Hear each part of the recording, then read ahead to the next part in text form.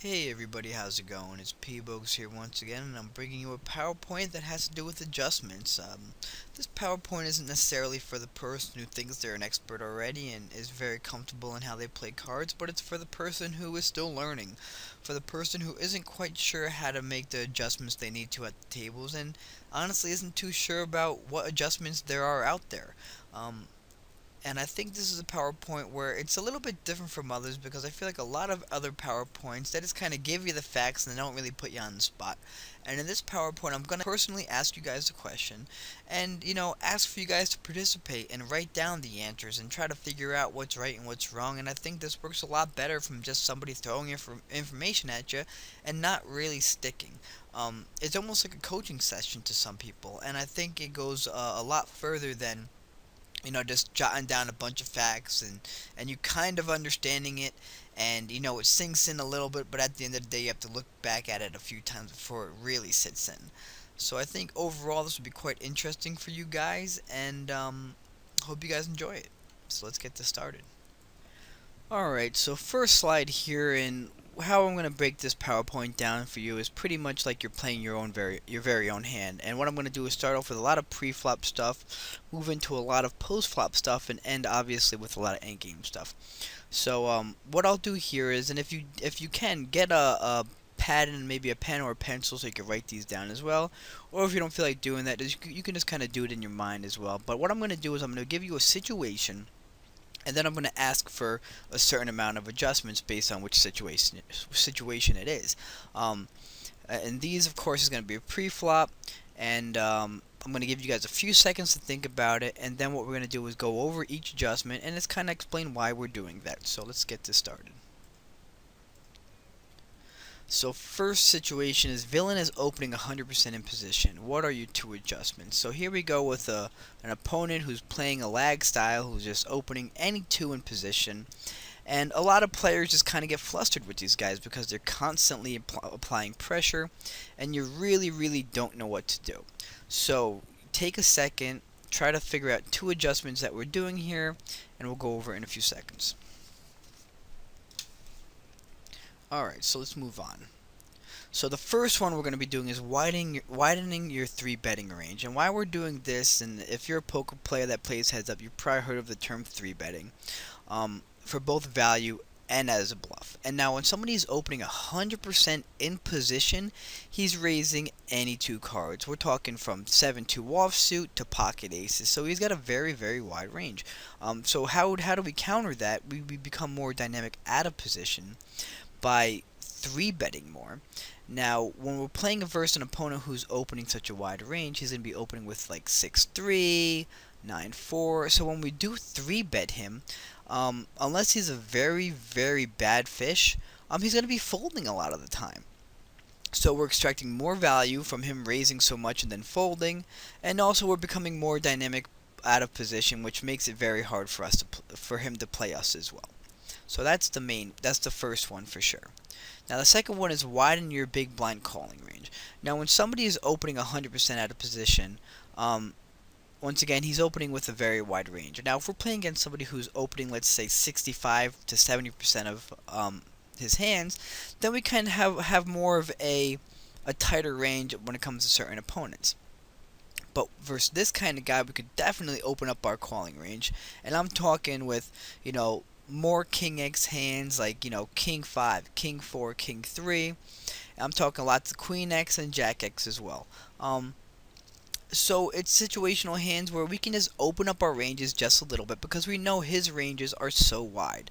And once we start calling him out of position, we'll get to kind of understand how he plays post-flop with his C-betting ranges and his barreling ranges, and it becomes a lot easier for us to figure out how to play him in general on an overall basis. So those are the first two adjustments that you want to be making against a lag opponent that's raising a ton of hands in position. Now, as for an extension on this same situational hand, right here is what if villain is not folding to 3 bets? What is your adjustment? So if this person who is opening 100% in position and not folding to any of our 3 bets, what exactly is your next move here, and what's your mind process? What's your thought process going into these next few hands? I'll give you a second to think about it, and we'll continue on in just a second. All right, so when somebody is not folding to your 3 bets, and we're talking about 3-bet bluffs mostly in this situation, what we want to do is continue to only 3-bet with value hands. If somebody's not folding, there's no point of 3-betting him with the queen 3 or 7-4 suited. There's just no point because we have absolutely no fold equity. So what's that going to do to us is going to put us out of position with a hand that doesn't really play that well post flop, and that makes it very, very tough on our lives. So what we do when we're talking about 3-bet value hands is we're just not talking about like the big pocket pair and ace king, ace queen, ace jack stuff. When we're talking about expanding our 3-bet value range, we're talking about queen jack, king 10, jack 10 suited. The reason why we incorporate these in our 3-bet value hands is because this person is calling so wide out of position. So he's going to be flatting with a lot of jack 7, a lot of king 4, king 5, a lot of queen 8, queen 7 type stuff. So when we do hit our top pair, it's going to make it very, very easy for us to stack off with our top pair, and he's going to call us down with the weak kicker. So that's mainly why we start value betting with these type of hands, and it's a situation where it works more than you'd think, and it makes these opponents very, very easy to play. Alright, so let's move on to our next slide. So we got second situational hand pre-flop, and let's look at the example. So what 2 adjustments do you make if your opponent is not folding at all on the big blind to a standard min raise? So once again, going to give you guys a few seconds to think about it. Think about your 2 answers, and we'll go over them in just a second. Alright, so let's move it over as well. And if you want as well, I mean, obviously you could pause the video as well. You don't have to, use my 5-second time frame to necessarily jot down some answers very fast. You can just pause the video and do it, and it makes life a lot easier for you as well. So right here, 2 adjustments. Number 1, increase your bet size to 2/3 or 3x pre-flop. Now, the reason why we're doing this is because he's just not folding out of position. So why not make him pay a little extra when we do have a value hand? Now, I don't necessarily want you to be raising 2/3 or 3x with a hand like 3-6 offsuit. When we're talking about doing this, we want to tighten up our range a little bit as well. We don't want to be raising with the junk hands because, once again, he's not folding. He's not folding, so we don't have any fold equity when we raise these bad hands. And in hindsight, that's the only reason why we raise those bad hands, because we expect people to fold a lot of the time. So when we do have a value hand, like, ace-x or some kind of pocket pair, let's make it a little bit bigger. 2/3 or 3x is just fine. And this way, we want to build the pot in position because we know that position is key in heads-up play. And we just want to be able to build the pot when we hit bigger hands. And when we're tightening up our range a little bit, we're going to be hitting the board more, and he's going to be calling more out of position with a wider range, and chances are we're going to be able to stack him off with a better kicker in certain situational hands. And number 2, like I just said, stop opening with complete junk hands. And this means stop just, forget about the any 2, forget about your raising 75 to 80% of the hand to just try to stay aggressive and be that kind of player. We don't need to do that against this kind of opponent, because chances are, if this guy is calling very wide out of position, he's really not that good in the first place. So when we're talking about this kind of opponent, we want to stop opening up our 3-7 offsuit, our 9-3 offsuit, our 6-2s and our 10-3s. Like, there's no reason to, because what we're doing is we're just building a pot with a bad hand that's not going to hit the board all that well. And it's just a bad play overall. So the 2 things, once again, increase your bet size into 2/3 or 3x pre-flop, and then stop opening your complete junk hands. Alright, so we're at the 3rd slide in pre-flop number 3 of our situational hands, and let's just jump right into this one. Alright, so what do you do if you start off your game by opening with the standard 2/3 raise and villain is folding 65% or more in the big blind? So give you a few seconds to think about that and we'll just move on. Alright, so this is what we do. If somebody's folding so much out of position, there's really no reason to be raising that much pre-flop. When somebody is folding that much, you want to drop down to a min-size raise, because if we're still getting our end result with him folding so much, there's no need to risk anymore. It just makes no sense at all. The one thing you want to watch out for though is if we do drop down to a min raise, and if he starts to call more, and he starts opening his range when we're doing our min raise, just jump it right back up to 2.5x, because some players think that once you drop down to a min raise, they like to think that they could play a little wider, and they think that sometimes it's a bit weaker, so they might call a little bit more. But in the end result, if they're folding to a 2.5 raise and not folding to a min raise, then you just want to do 2.5. So with that said, that's a pretty simple one. Let's move on to the next one. So pre-flop number 4, and here we go again. So how do you adjust if your opponent is 3-betting pre-flop over 25%? Now we have 4 answers here, so I suggest pausing the video here, taking your time, and trying to list the best 4 answers you could possibly think of.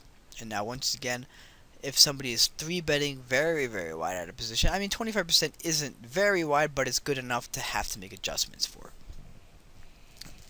So let's move on. So number 1, first of all, you want to tighten up your pre-flop opening range. And why do we do this? Well, we want to tighten up our range because this guy's 3-betting so much that when we open with a very wide range, we're going to be folding a lot of the time because we just can't make that call because it's too expensive and it's not plus EV.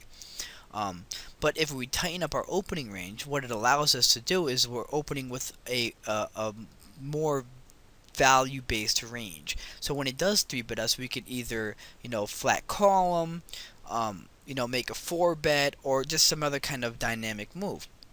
But the main thing that we're looking at is that we're going to be able to play this pot with him. And chances are, we're going to be playing this pot with the best hand. Pre-flop anyways. Number 2, what I just said, start the 4-bet bluff or for value. Now, you're not going to find a lot of players where you need to get into this dynamic with, but 4-betting is something that can be used in a very profitable way. If somebody is 3-betting a lot but folding to a lot of your 4-bets, then why not 4-bet for both value and bluffing? That could be a very big leak on somebody who's 3-betting a lot but just is so scared once he gets 4-bet he just lays down his hand. I mean, he's basically hemorrhaging chips when he does that. So you always want to be thinking about doing that for a value range and for a bluff range as well. Number 3, widen your 3-bet flatting ranges. Sometimes you play certain players and the cards just never come. As much as you like to think that you can just wait for your big pocket pair and you're going to stack off as soon as he does that, in a perfect world that would happen, but in poker, it doesn't happen a lot of the time. So sometimes you have to play a little more risky and make that call with like a king 8 suited or a king 7 suited. So what we want to do is widen our 3-bet flatting ranges, and we're not talking about like just king jack and queen jack, because those are easy. We're talking about like the 9-7 suited hands, and like I said before, the king 7 suited or the king 8 offsuit, stuff like that makes us a little bit harder to play because we're not folding as much as the opponent would like us to. And also with that, we get to figure out his tendencies post-flop as well, because a lot of players, would either 3-bet and shut down, or they like to stack off, and those are all reads that we can note and, use to our advantage later in the games or down the road. And last but not least is establish a limping range. Now, there's no reason to feel that you always have to raise pre-flop against somebody who's constantly 3-betting you. Definitely if the hands aren't coming. For example, if you've like king 4 and you know if you raise he's going to be 3-betting you, and we know with a hand like king 4 it's not really ideal just to flat that out of position. So why not just limp? And when we limp, we can find that if he's punishing our hands a lot, or if he's allowing us to limp. Now, if he's allowing us to limp, we could basically limp a lot of our, weaker ranges for sure. And if he's punishing in that, we could just decide not to limp, or we could use it as as a plus, and start limping with bigger hands and trapping him more with bigger pocket pair and stuff like that. So all four of these are great adjustments for somebody who's three betting a lot. It's things that you always need to be thinking about when you're playing.